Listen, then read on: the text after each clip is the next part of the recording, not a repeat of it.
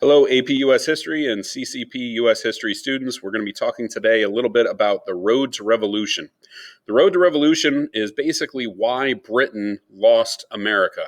And it's amazing how quickly it happens because you're talking about a nation in 1763 at the tail end of the French and Indian War, what is known as the 7 Years' War over in Europe. A nation of people that are excited to be British, proud to be British. Very few, minor grumblings, but very few and far between. And most of those grumblings had to do with economics more than anything else.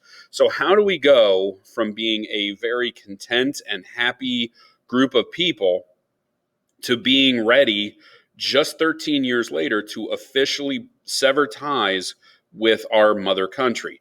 And it's a very complex answer. Now, last week we kind of talked a little bit about how the French and Indian War morphed that a little bit and warped it to the point where it became an issue. And then we got you up to the point where the Sugar Act came in. And the Sugar Act was kind of the first round, the first salvo, if you will, of major problems.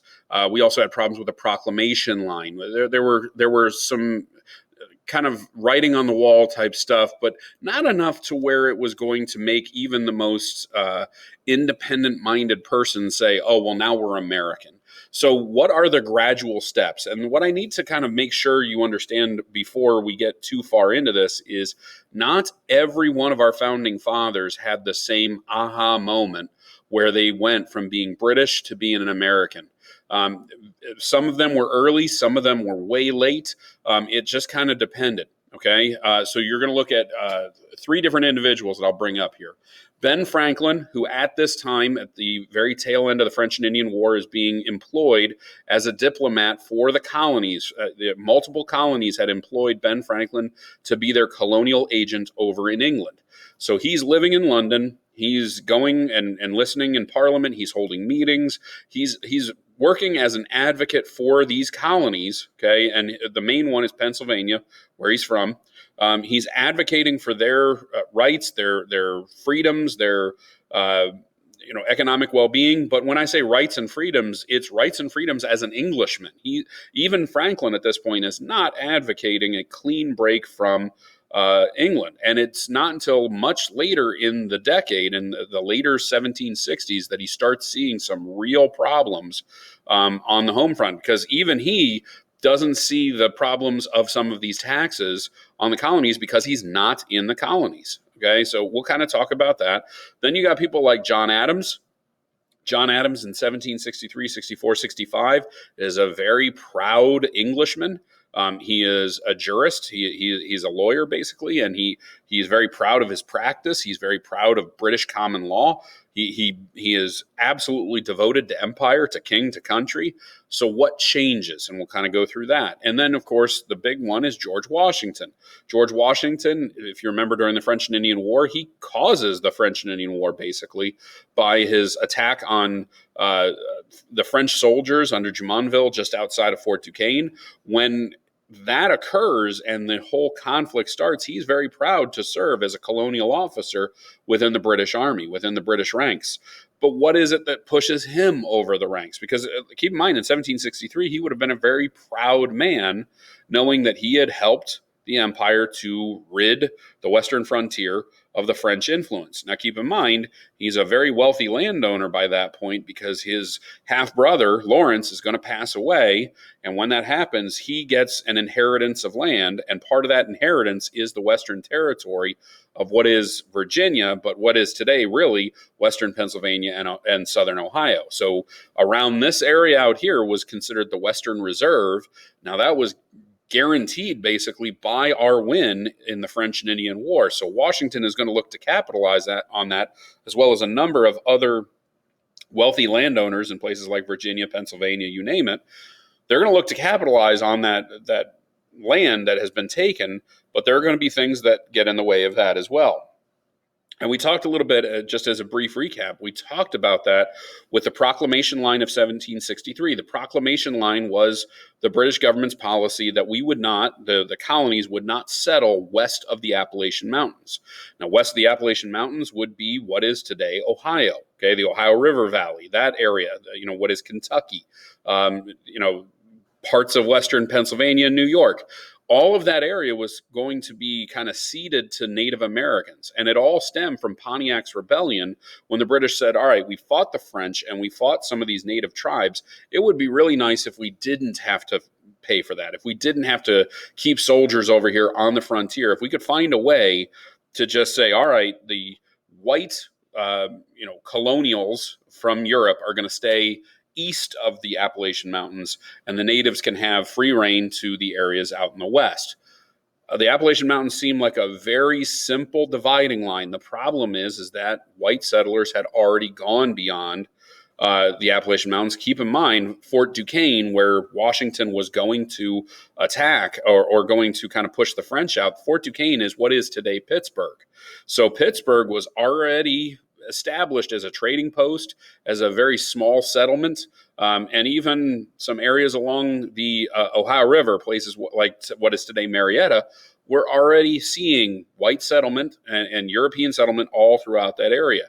And certainly Western Pennsylvania, Western New York already had plenty of people who were kind of crowding in, looking for land, looking for trade, looking for, you name it. They were there specifically to settle. And so the proclamation line was not easily enforced, and it was something that the Americans were going to violate. So that was already going to be a bone of contention right there.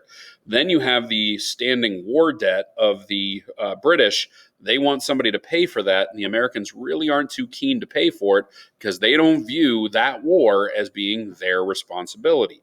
In their mind, and I'm going to make the allusion here, or the analogy, I should say, in their mind, they're like you. Always think about the American colonies during this time period as a teenager. And nothing against you as a teenager. I'm sure you're all lovely human beings. But let's be honest, if we were to talk about your behavior, if we were going to talk about your responsibility level, your definition of your behavior and responsibility level would differ than your parent. Okay, your parent may not hold you as in such high esteem when it comes to your maturity level or when it comes to your decision making level. Maybe they do, but in this case, the American colonies were a teenager. They were, our way is the best way. We don't understand why you're doing it this way. We don't understand why you're enforcing these policies. Mom, why are you saying that I have a curfew at 11?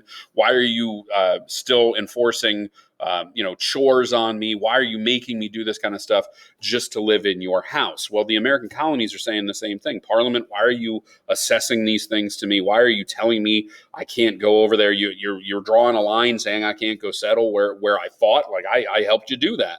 That'd be like you helping to pay the bills around the house and then not being able to use certain amenities within the house.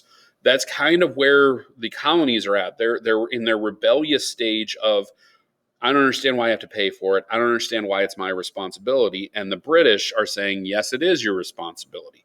So that's kind of where we're setting the table. Now, again, none of you at this point as a teenager are looking to run out of the house and go become your own, your own responsible taxpayer slash rent, rental property owner or renter, if you will. Like, none of you are looking to move out and pay all the bills on your own. You might be, but you're not financially ready to do that.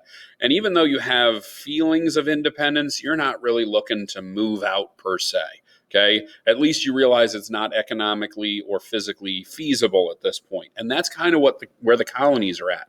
They have little grumblings, but for the most part, they're proud to be British. They're proud to live in their house, and they love their government. They love their king.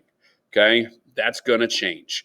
Now, where does it start changing? Well, it starts with the deep roots of revolution of republicanism. Republicanism is basically looking to the models of ancient Greece and Roman republics and advocating this just society in which all people, all citizens, and that's the key word, willingly subordinate their private selfish interests to the common good. So the idea is that you sacrifice to the common good. You give up certain rights and freedoms, okay? And the stability of government is the most important thing, that the citizens kind of collectively control the entire model. Now, this may not seem like such a break from the norm, if you will, but think of it this way. They had been basically depending upon the king to make all decisions, Parliament to be an advisory role.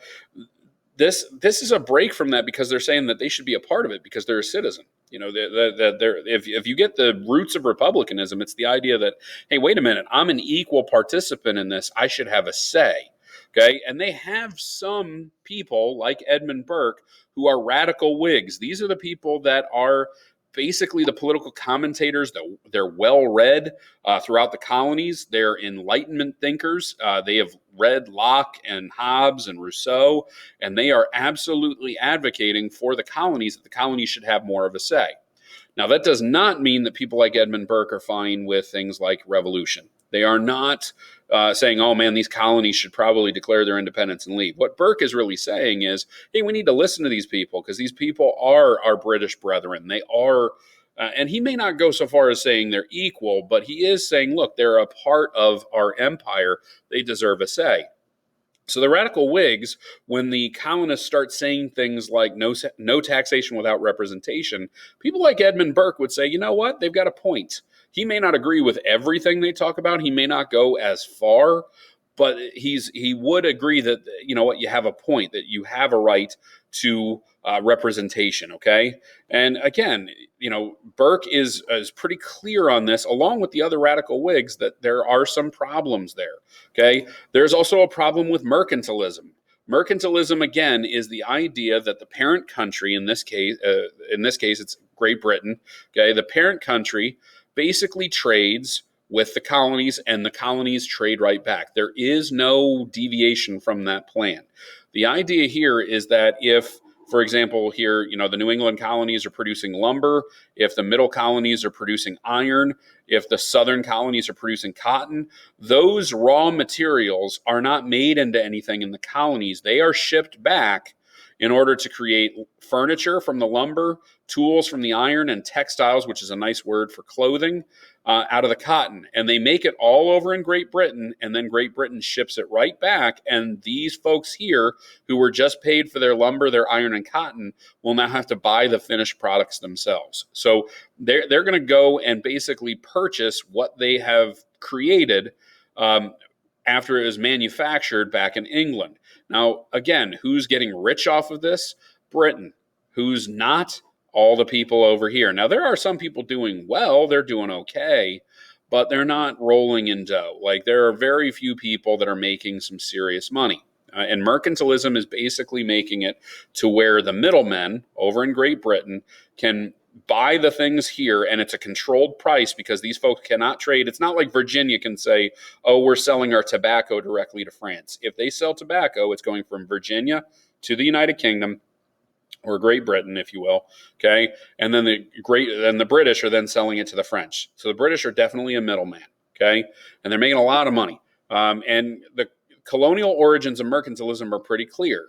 The colonial origins is the idea that if you want safety, if you want security, you've got to go through Great Britain. You've got to do everything they ask you to do. And the expectations is that, hey, the colonies are established to where you work for us. Okay, that you work and you farm and you dig in the soil and you create the lumber and you create things for us. You farm out the raw materials for us, and then you give it back to us and we create things out of it.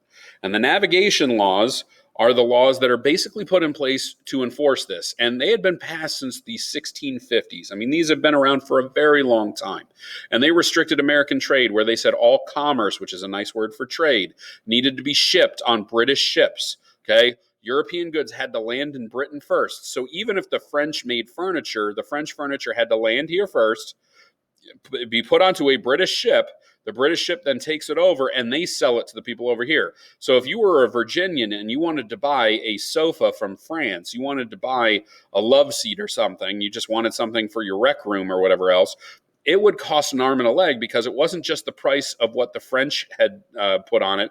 It's what the British had marked up on top of it. So if they were charging $600 for a sofa, the British could charge $1,000 over in Virginia. They're making a $400 profit, and the French are still getting paid their initial fee. But the British are making a truckload of money off of that. Now they're going to say, "Well, I'm defraying the cost of shipping," but it's not nearly that much, you know. So obviously, the Virginians feel like they're kind of getting screwed in this, and the American merchants must shop products to the British first too. Like they were allowed, possibly. So, for example, I'll go back to the Virginia planter who has tobacco. He was allowed to sell his tobacco to France or to Spain or Italy or Germany. He had the ability to sell it to other people, but he had to offer it to Great Britain first. And if the British basically whiffed on it, if they were like, "Nah, we're good, we don't want it," then they could sell it. But the whole point is that the British are probably balking at it and saying we don't want it because they realize they can't sell it. Okay. And so the Virginians are also kind of getting screwed in that regard, that the tobacco that had already gone through Great Britain had flooded the market here. And by doing so, when the Virginian who kind of held out and said, man, I'm not going to sell it to the British this year, I'm going to try and sell it directly to the Spanish. When he goes to sell the stuff to the Spanish may not be able to buy it. They may say, hey, look, the demand's just not there. And then that Virginia planter's kind of screwed. So the navigation laws were really, really an issue. And the currency laws were problems too. Since the colonists regularly bought more from Britain than they sold, they didn't really have any currency. They didn't have gold and silver. Okay, it's very short supply over there. And this basically forced people in the colonies to look the other way when it came to smuggling. Like if they needed to get some finished products and didn't have the money to get it, well, then they need to find ways to kind of get the stuff.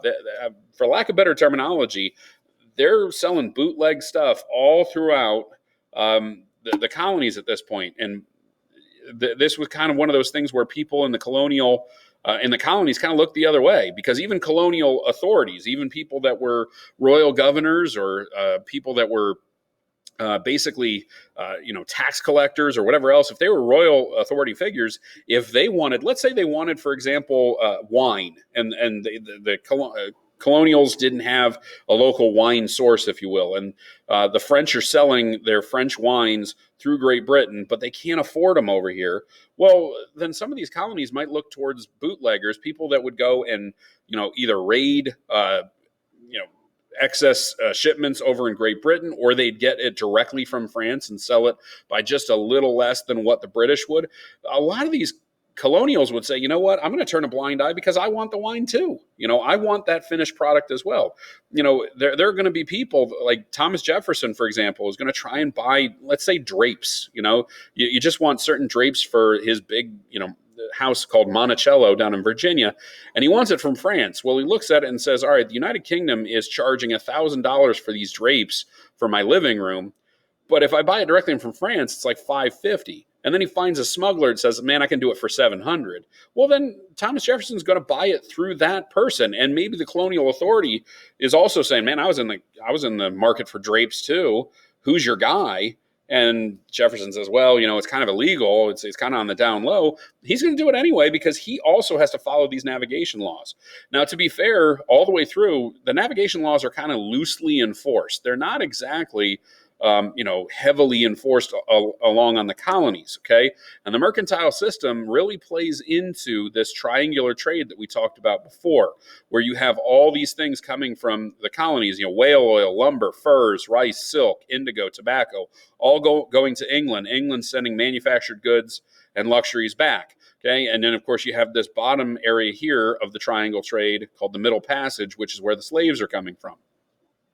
The mercantile system is working very well because until 1763, the navigation laws were somewhat loosely enforced and there was no real burden to the colonists. And much of the first real wealth that actually occurs within the colonies comes from smuggling going against these navigation laws, which again were very loosely enforced in the end. And a lot of these people knew, like, for example, the biggest bootlegger and smuggler of the time was a guy named John Hancock, who was very famous for his signature. That comes later. But the reason he was so wealthy in Boston is because he was basically the biggest smuggler of them all. He pretty brashly advertises that he kind of does whatever the heck he wants. He trades what he wants. He ships in what he wants, and he violates these navigation laws, and he really doesn't care. He's even put on trial at one point for bringing in tea illegally during the 1760s. Okay, he's put on trial, and he is guilty as guilty can get. Okay. Yet, when it goes to the jury all finds him not guilty. Why? He had paid them off. And everybody in that courtroom knew he was guilty. They knew what he was up to. But they also liked the fact that he could buy him off, that he could help them, that, he kind of threw his money around pretty liberally to make sure that people were taken care of. And people turned a blind eye to it. Even royal authorities, many of them were just kind of like, yeah, Hancock's a good dude. He's a good guy to get you sugar, to get your tea. He can find you some stuff here and there. I mean, these were valuable people. And if you could kind of grease the palms of people who were in the know and in powerful positions within the empire, then you could kind of get away with quite a bit. So the advantages of the mercantile system were on both sides. There were advantages over into the colonies because they had a dedicated buyer in Great Britain, that they knew that they could sell these things to Great Britain and were going to be taken care of. And the British, of course, knew that they had a pretty good pipeline of raw materials. Okay. The disadvantage, of course, is what happens when the colonies start to fall on hard times. What happens when you have an overabundance of tobacco and nobody's buying? What happens when you don't need as much cotton or you don't need as much lumber in a calendar year? Well, these raw material agricultural things are going to fall on hard times, and so too is the colony. On the other side, England is going to have the disadvantage because if you have discontent within the colonies economically, it's going to spill over into politics and other areas of society as well. So there are some still, pretty awful, things that go along with this, because you're not really encouraging economic development either over here or in Great Britain.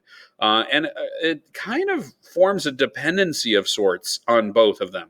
And Americans found it to be a little debasing. It was upsetting because, hey, we're constantly kind of subservient to the British, but aren't we supposed to be equal? So it kind of played up that idea that the British are up here and the Americans are down here, when the Americans are like, well, wait a minute, we're British citizens just like you. So politically and economically, they're starting to feel like second-class citizens within their own empire. Now, the first real big salvo in the steps towards independence is the Stamp Act. And if you remember, we talked about the Proclamation Line, we talked about the Sugar Act earlier last week. The Stamp Act is the first one that really puts a struggle on the colonies, if you will, when it comes to debt.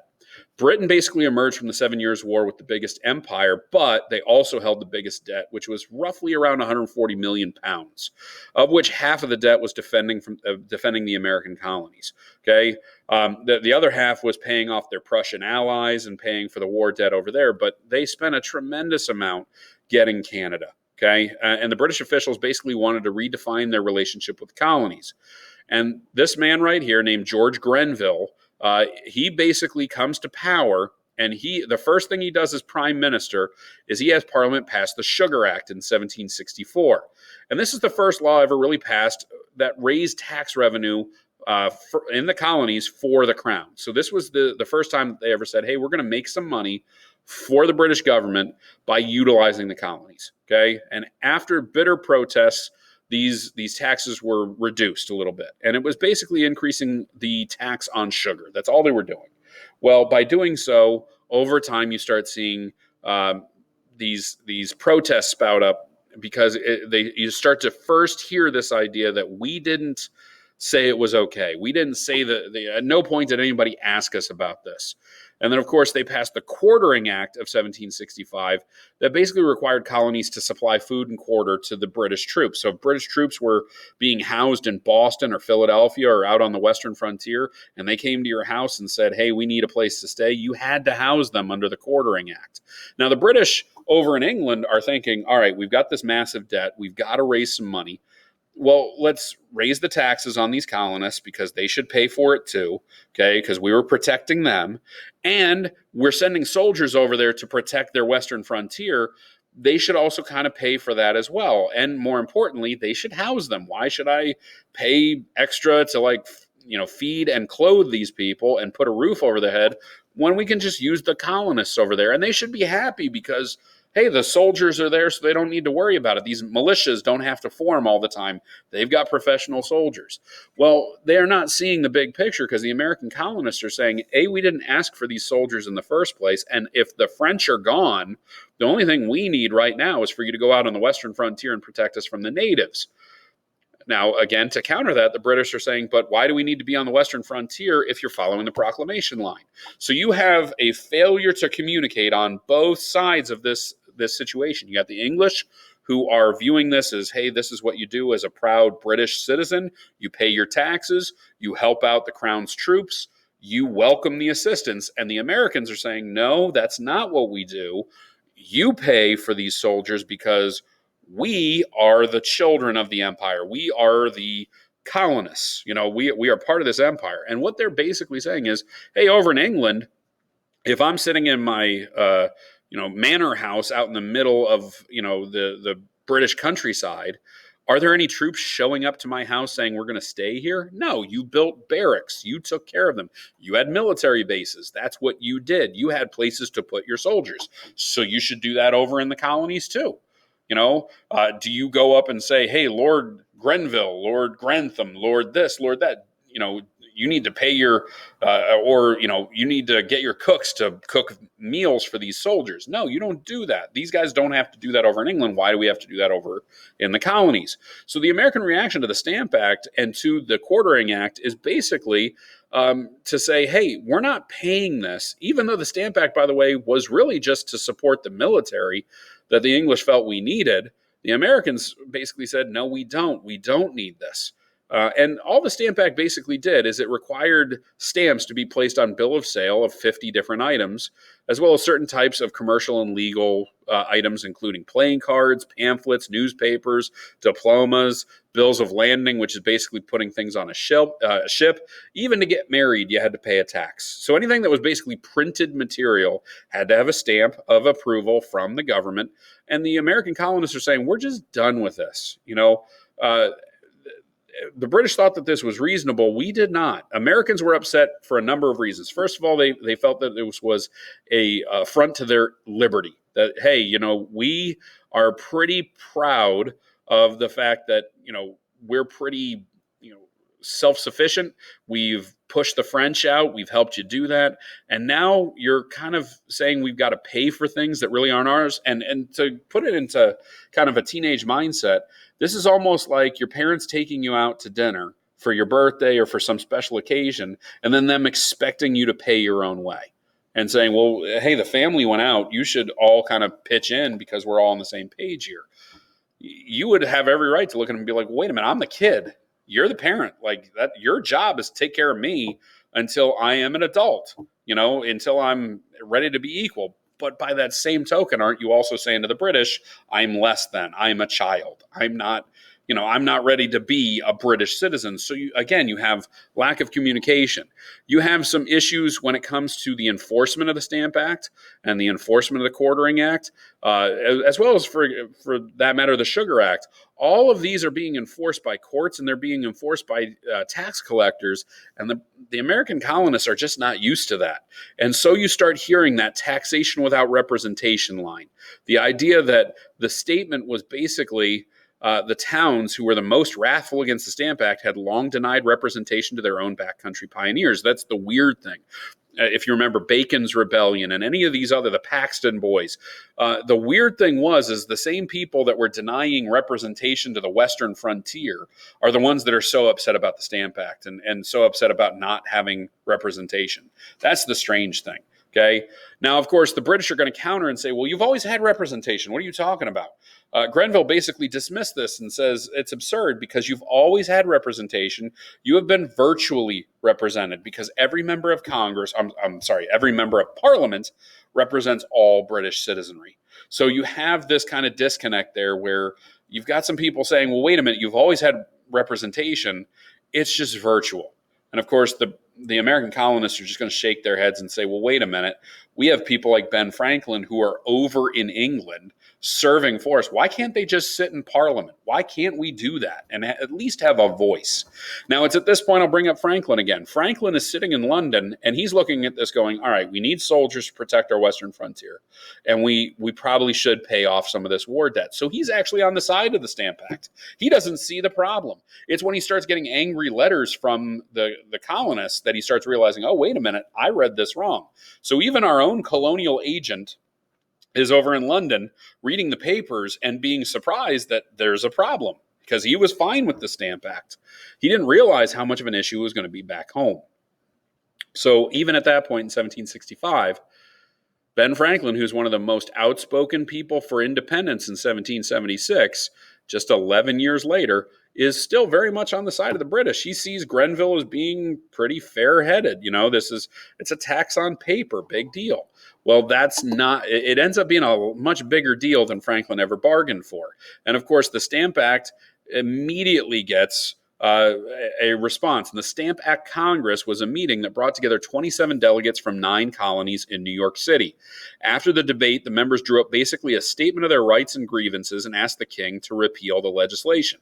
This was the first time the colonists really mounted an effort to get rid of any sort of tax or act or anything else. There was no galvanized effort against the Proclamation Line, no real galvanized effort against the Sugar Act, but there was one against the Stamp Act.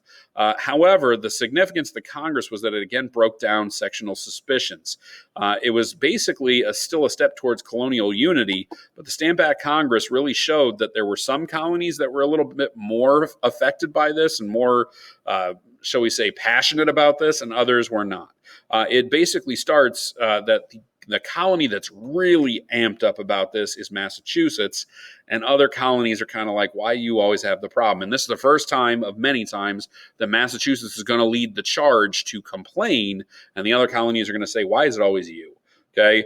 Now, of course, during this time period, the non-importation agreements are put in place to basically say, hey, if the British aren't going to pay attention, if Parliament's not going to pay attention to our Congress, let's just agree right now that we're not going to import things from Great Britain. We're going to do without some finished goods for a while and hurt them where it hurts the most, in the pocketbook. Now, some people didn't even wait that long. Some people turned to violence. And this is a depiction right here. And you'll notice the noose here in the tree. Okay, this is what is known as the Liberty Tree. Okay, this idea that, you hang the enemies of liberty within this tree. And these guys right here are doing what is known as tarring and feathering. Okay, now tarring and feathering, it makes it seem in the history books like it's no big deal and it's not that bad. This is really bad. Tarring and feathering would kill people because we're talking about molten tar. We're talking about things that have been put on the fire and boiling. They're going to pour this on these folks, and it's going to take off skin. It's a very thick and gooey thing that's going to stick to it. It's going to stick to all your hair. It's going to stick to your skin. It's going to burn your skin. So when you peel it off, it's going to peel chunks of skin off with it. Okay. Now keep in mind, they're also then throwing feathers on top of it. So to remove the feathers means that you're pulling the feather out of this, tar, goop, whatever. And when you pull it off, it's taking huge chunks of your skin with it.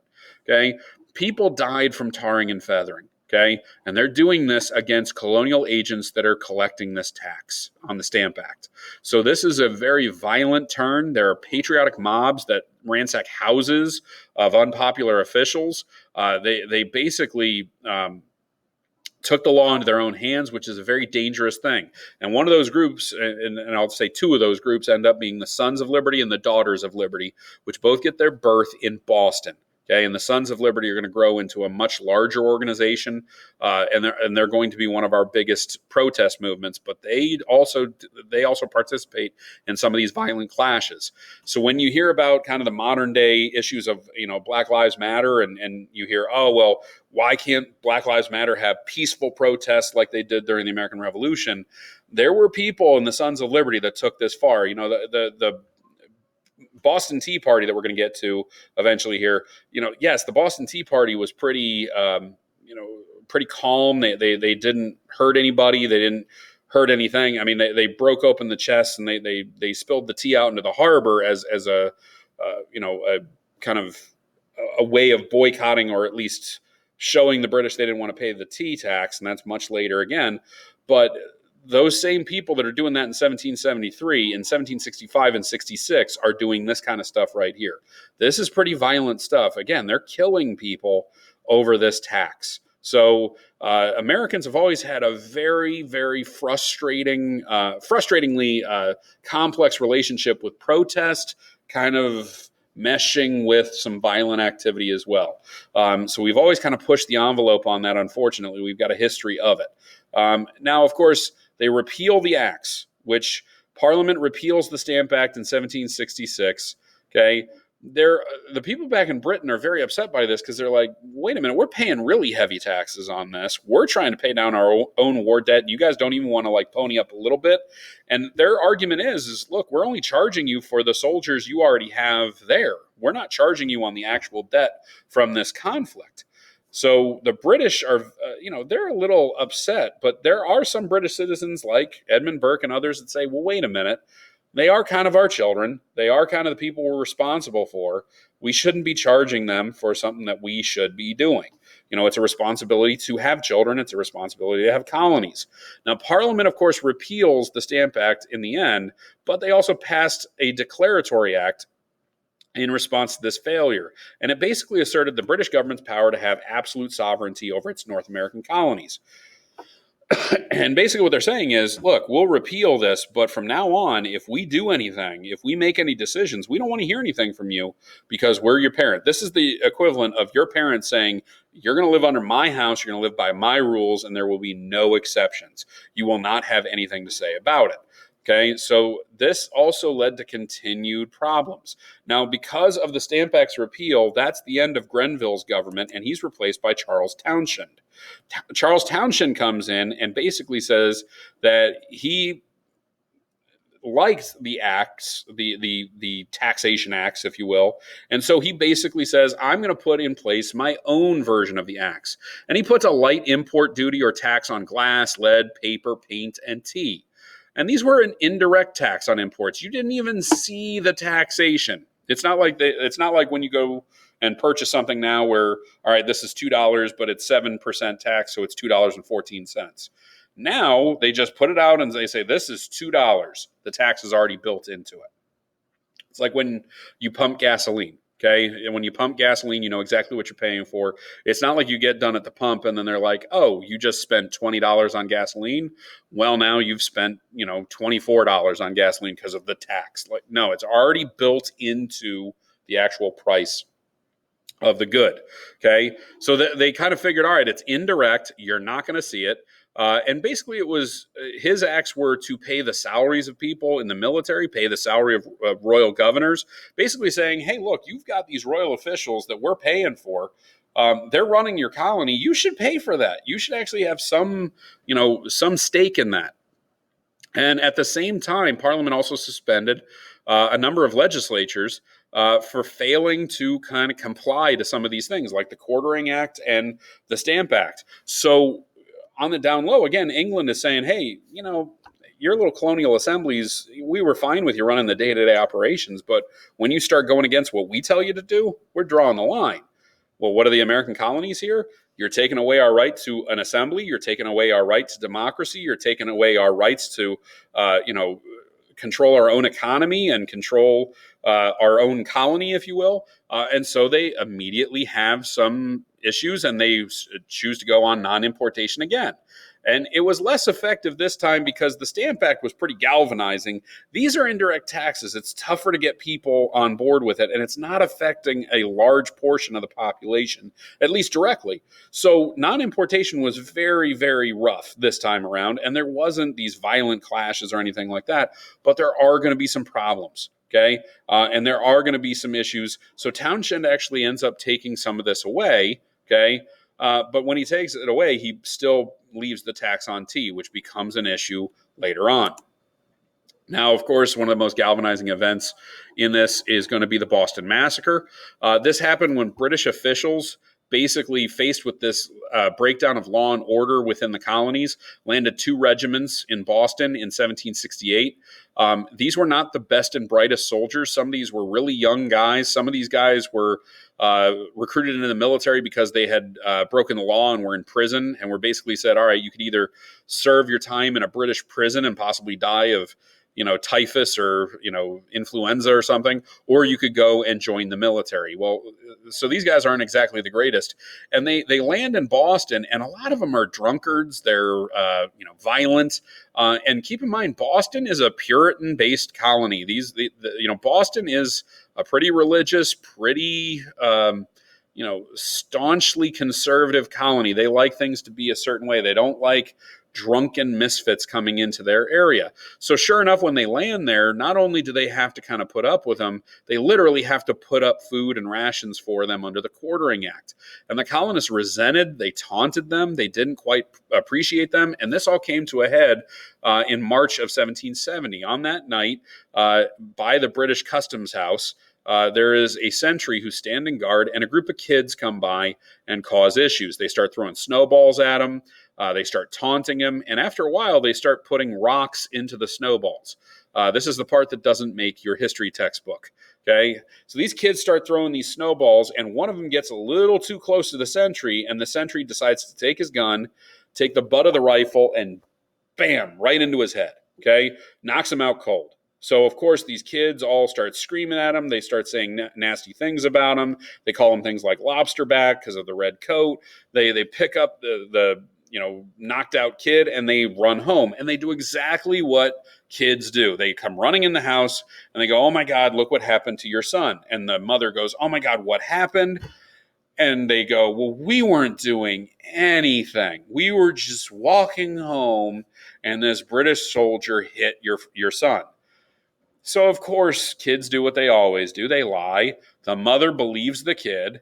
She goes, gets the father. The father gets all these other people, and they start descending upon the customs house with any makeshift tool, weapon, you name it, they've got. And, of course, this massive amount of colonists are yelling and screaming at the sentry. Now, as this crowd of people start to come down the street to confront this sentry, the soldiers in their barracks just up the street hear the commotion. They grab their weapons, and they go down and surround the customs house. They basically, start yelling. There's a huge commotion in the streets. The soldiers line up basically in detail. They're ready. They lower their guns at one point and level their weapons at the crowd to tell them to leave. The guy who is in charge of this whole thing is a guy named Captain Thomas Preston. Now, Captain Thomas Preston basically makes the unfortunate decision to have them level their guns, and you can see in here that this is how it's depicted here. They level their guns, and they're shooting into the crowd. Now, there are some severe questions as to what happened. The colonists are depicted in this engraving, and it's made by Paul Revere, the same guy that rides from town to town a few years later at Lexington Concord screaming, "The regulars are out." He does not say the British are coming. We'll get to that later. Needless to say, Paul Revere does this engraving. He's a silversmith, and it's reprinted. And this is the version that everybody, kind of remembers. Oh, here are these colonists, these innocent colonists you don't see a single gun here. There's no pitchfork. There's no, weapon of any kind. There's no, farming tool or anything. These guys are all defenseless, and they're getting fired upon by soldiers. Now, that's the version that Sam Adams, okay, not the beer guy, even though that is who it is named after. It's John Adams' cousin, okay? Sam Adams, who is the leader of the Sons of Liberty, and Paul Revere, who is a member of the Sons of Liberty, they end up becoming the kind of voice here in this whole thing. They make the argument that this whole thing was the British fault. And this engraving kind of says the story. And in a time period where people, an image speaks 1,000 words, people look at this image and they say, "Oh my God, these soldiers fired on innocent people." Okay. What is not brought out are the actual facts to this. And this falls onto John Adams. John Adams, as I said before, is a lawyer, and he is a proud British lawyer in the British system. He studied the British law. He knows the law, and he is recruited to represent Captain Thomas Preston and his soldiers. They're charged with murder. Adams successfully defends them by proving that this engraving is false. Captain Thomas Preston, who's pictured back here with his sword raised, was not behind his soldiers. Adams manages to get numerous people to testify that Thomas Preston was somewhere in the middle, that he was out in front of his soldiers. Now, of course, why did that matter? Well, if the commander is standing in front of his soldiers, is the commanding officer going to give a command like fire? No, that didn't happen. What really happened was there was a commotion, and the real story they don't tell you is that a few blocks over, there was a house fire. Now, back in the 1770s, a fire in a city was a problem because most of the structures were made of wood. And if one caught fire, then they were all going to catch fire because even in the engraving, look how close everything is. They share walls basically. So if this catches fire, then this is catching fire, then this is catching fire. And even if they're brick structures, they have wooden areas that are around doorways, possibly roofs, you name it. So wood burning is a problem. Well, they also employ somebody back then called the town crier. The town crier would every night go around the town yelling the news. This was kind of your 7 o'clock update. It's 7 o'clock and all's well, or it's 7 o'clock and Bill and Margie had their baby. This is how you spread your news all throughout the colonies. Okay. Well, the town crier, of course, at this point is running through the town yelling one word: fire, fire, fire. Well, what happens when he turns the corner and he sees the soldiers aiming their weapons at these colonists? Fire! Boom. And sure enough, 5 colonists are killed. Okay. Now, when that happens, these 5 colonists are killed, a number are injured. They do not fire again. Preston immediately runs around saying, shoulder your arms, shoulder your arms. He obviously did not want that to happen. He did not give the command. So in the courtroom, when John Adams proves that, Captain Thomas Preston and his soldiers are found not guilty, which causes even more problems. But John Adams proves that the judicial system within the colonies works. So even in 1770, when his fellow colonists are killed by soldiers, John Adams is still a very proud British citizen. That's going to change. Now, of course, what ends up happening? In an attempt to reestablish the power of the British monarch, King George III, who had ascended to the throne just a few years earlier after the death of his father, and was considered a pretty decent guy, but was just a bad ruler. He was industrious. He was earnest. He wanted the best for his colonists and for his subjects, but he was really stubborn too. And he was surrounded by people that were considered yes men. Okay. The main one is a guy named Lord North, who he guides to the prime minister, the role of prime minister. And Lord North kind of just does whatever King George III wants. Which is a problem because then that means Parliament's not really acting in the best interest of anybody except for the king. Okay. Now, of course, at the end, the Townshend Acts really don't raise all that much in money. Non-importation, while not as strong, was still pinching the British merchants, and Parliament ends up repealing everything. But still, discontent spreads, and by this time period, the enforcement of the navigation laws were stepped up. They were already on the books, but now they're enforcing it. And of course, Sam Adams is a master propagandist at this point and is writing all kinds of nasty things about them. And he comes up with a plan called the Committee of Correspondence, where basically he organizes this in 1772. The Committees of Correspondence end up being a functional group that basically spreads the news throughout the colonies by writing letters back and forth, where somebody in Boston can write to somebody in Philadelphia saying, well, here's what the British authorities are doing here. What are they doing there? And by establishing these committees, they're sharing information about, well, what are the British policies doing to you? How are you dealing with them? And they share information that way. Now, because of that, the Committees of Correspondence are going to spread some discontent all throughout the 13 colonies. So now it's not just Boston kind of agitating. They're writing letters to somebody in Charleston, South Carolina, who is getting irritated by what's happening to their British counterparts. And this is actually creating a pretty decent sense of unity amongst the colonial leaders. So this is going to lay the seeds for what eventually is going to become the Continental Congresses. Okay. Now, of course, the Boston Tea Party, another pretty galvanizing event, happens in 1773 when the British East India Company had basically 17 million pounds of unsold tea. They needed to find a way to sell it, otherwise they were going to declare bankruptcy. If it collapsed, the London government would basically lose all that tax revenue and would be on the hook for it. So they shipped it to America. That was the plan, is we're going to ship it to America and we're going to forcefully sell it to the Americans. Many Americans cried foul, though, because they saw this as a trick by the British to get the Americans to accept a taxation. Because the idea is, all right, well, now we got to buy tea. It's being taxed. So now we feel like we're being taxed twice. We're buying tea we don't want at a price that we don't control. And so this isn't really an argument over the tax being too severe. It's the principle of it. And so they protest this. They protested in multiple ways. There are mass demonstrations. They burned down some cargo and the actual vessel. Believe it or not, the Boston Tea Party is the nice one. It's the less violent one. In Annapolis, Maryland, they literally light the whole ship on fire from the British East India Company. In Charleston, they refused to buy the tea and let it rot out in the harbor along with the ship. I mean, so they're not the only one. Boston is not the only one that actually has this, kind of protest.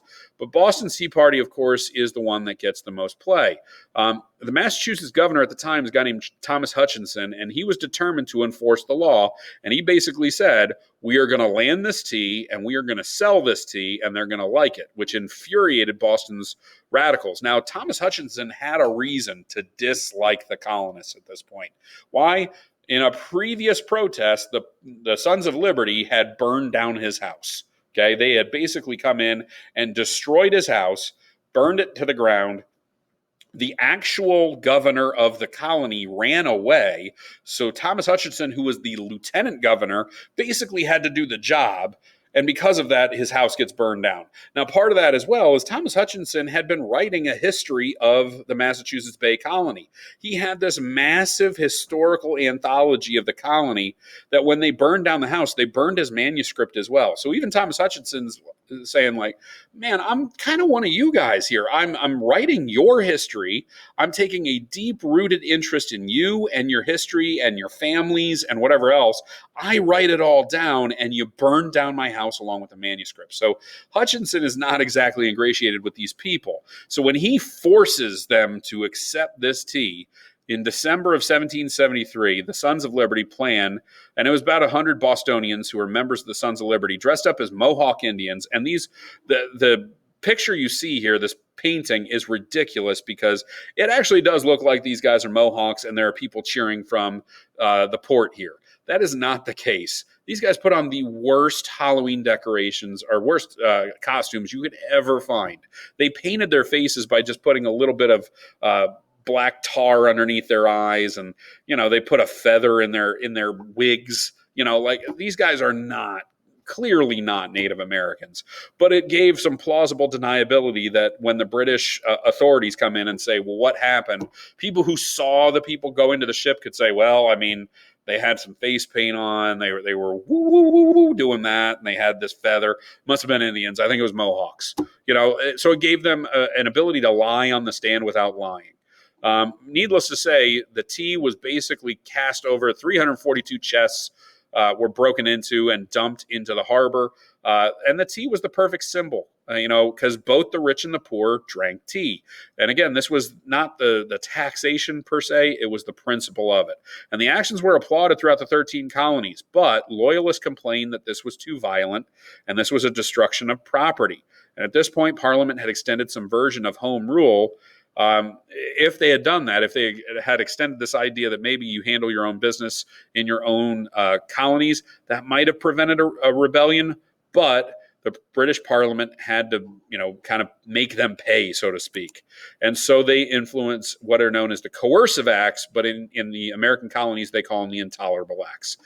They immediately start by punishing Boston, and the Boston Port Act closed the port and said, Boston, if you can't trade nicely, then you're not trading with anybody, which of course seals off Boston, and this becomes a very difficult time to live there. Okay, because their shelves are going to be bare. People are going to have to flee Boston. It's a punishment on one city. And the other 13 colonies, the other 12 colonies, I should say, are in line with Massachusetts. They don't like the idea that the Bostonians are shouldering this burden. And of course, they shutter the Massachusetts government. They shut down the justice system. And this is the point right here.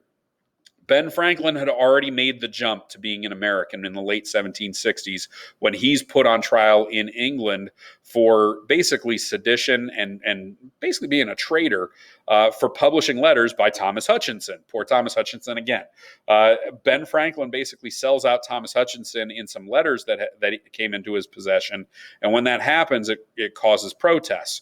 Ben Franklin's put on trial for that. He is now done. He's done being British. If you're going to treat me like an American, then I am one. when they shut down the judicial system, the British judicial system that John Adams had helped to promote, that's when he stops being stops being a British person and says, well, I'm an American then, because they're going to take away my justice system that I voiced and I supported, then I'm out. When they used the Quebec Act, okay, which changed the system of government for Canada, we tried to get the Canadians to come to our side. The Canadians did not, because there were a lot of French people and there were a lot of British, very loyal British folks up in Canada who said, I don't think it's safe for us to make the jump. But we did try and make Canada the 14th colony. By tamping down on Quebec and tamping down on the Canadians at that point, the British basically managed to keep Canada, but alienate the colonies and what eventually became the United States at the same time. And the colonial the reaction to all this is intolerable, this is terrible, and they call a meeting. And the meeting was the First Continental Congress. And this is the response to those acts. They basically respond by saying this is not okay. What the British are doing is a complete and total overreach. And so 12 of the 13 colonies show up. Georgia decided not to go. Okay, so Georgia was absent for the First Continental Congress. They meet in Philadelphia to address the grievances. Many well-respected men were there, such as George Washington, okay, pictured down at the bottom, and John Adams, pictured over to the right, along with Sam Adams, Patrick Henry, very, very influential Americans. They deliberated for about 7 weeks.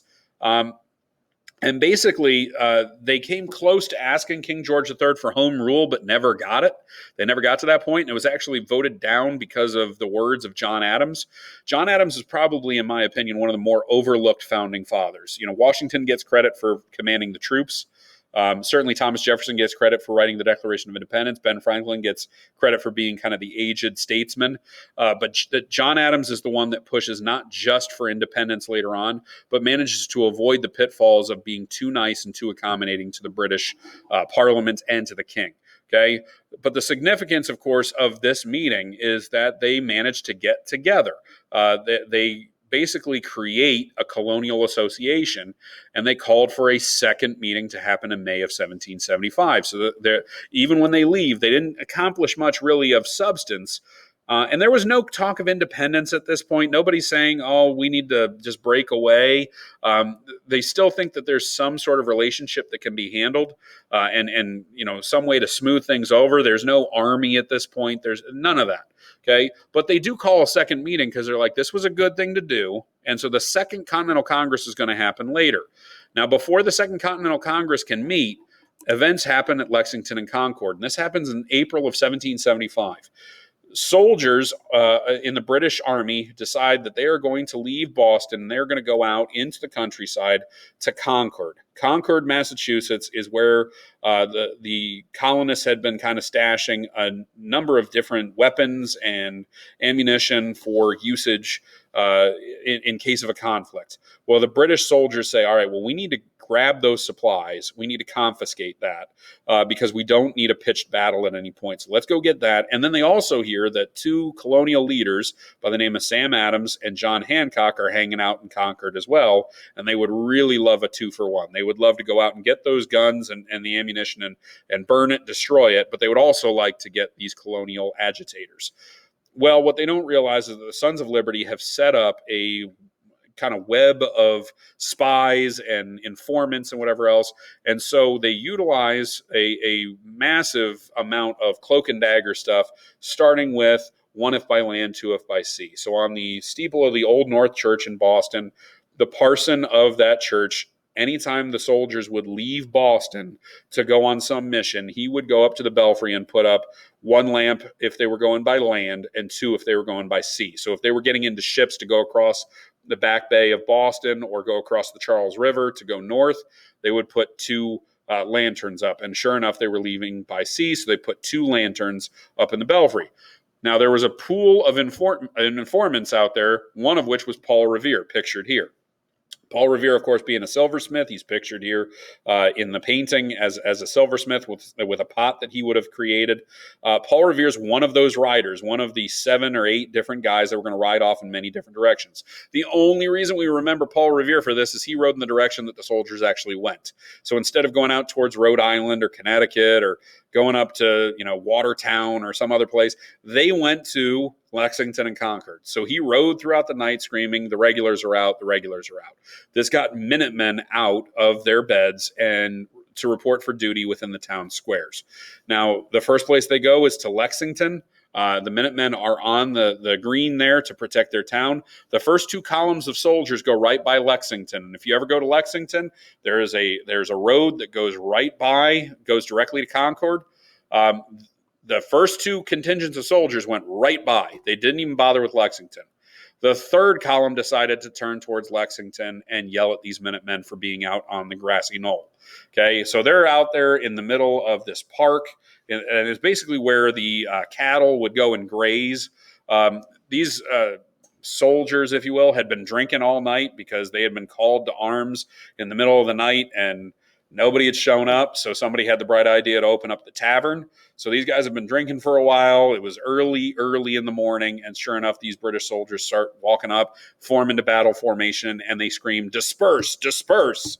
And these soldiers basically are like, fine, whatever, just don't burn the town. And that's really all the Minutemen were there to do, was to fight in case there was a conflict.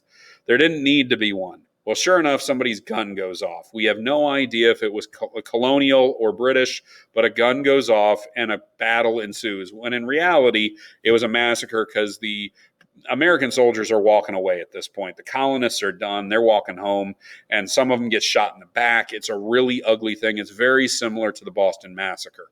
Of course, the British soldiers, form up again and keep marching on towards Concord.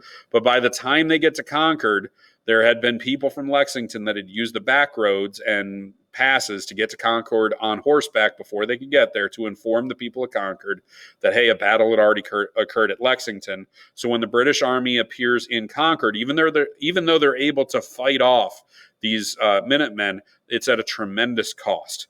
They manage to get the stockpile. They do not get Sam Adams and John Hancock. They are warned by Paul Revere and make their escape. Paul Revere is actually later captured during this and escapes himself. If you ever want to read a great book, read Paul Revere's Ride by David Hackett Fisher. It's a really great book telling the story of Paul Revere from start to finish, if you will. But bottom line is, Concord ends up being very costly to the British because even though they managed to get the stockpile of weapons taken care of, on the way back, that's when the American colonists go behind every rock, tree, you name it, and start shooting at these guys who, of course, are dressed in red in the middle of a forest, walking 2 by 2. So, unfortunately, a number of soldiers are killed along the way back. There are 300 that are shot or wounded in some way during all of this, and 70 are killed. So it is a massive problem for the British. Now, that brings us, of course, to the actual rebellion. Okay, and there are a number of advantages and disadvantages. I'm going to hold off on this one until the next time that I talk to you about the actual American Revolution. So I'm going to stop yammering and talking here and just kind of wrap things up. Bottom line is, folks, you should hopefully by this point have a decent understanding of why it was a generalized process up until this point. And quite honestly, when Americans are fired upon, to wrap things up here, that's when George Washington says, I'm done. I'm done with being British. If you're going to shoot on us, then I'm done. So now all three of the ones that I referenced before have made the transition. They are now truly American. And this is what's going to set the stage for the Second Continental Congress, the Declaration of Independence, and the actual fighting of the Revolution.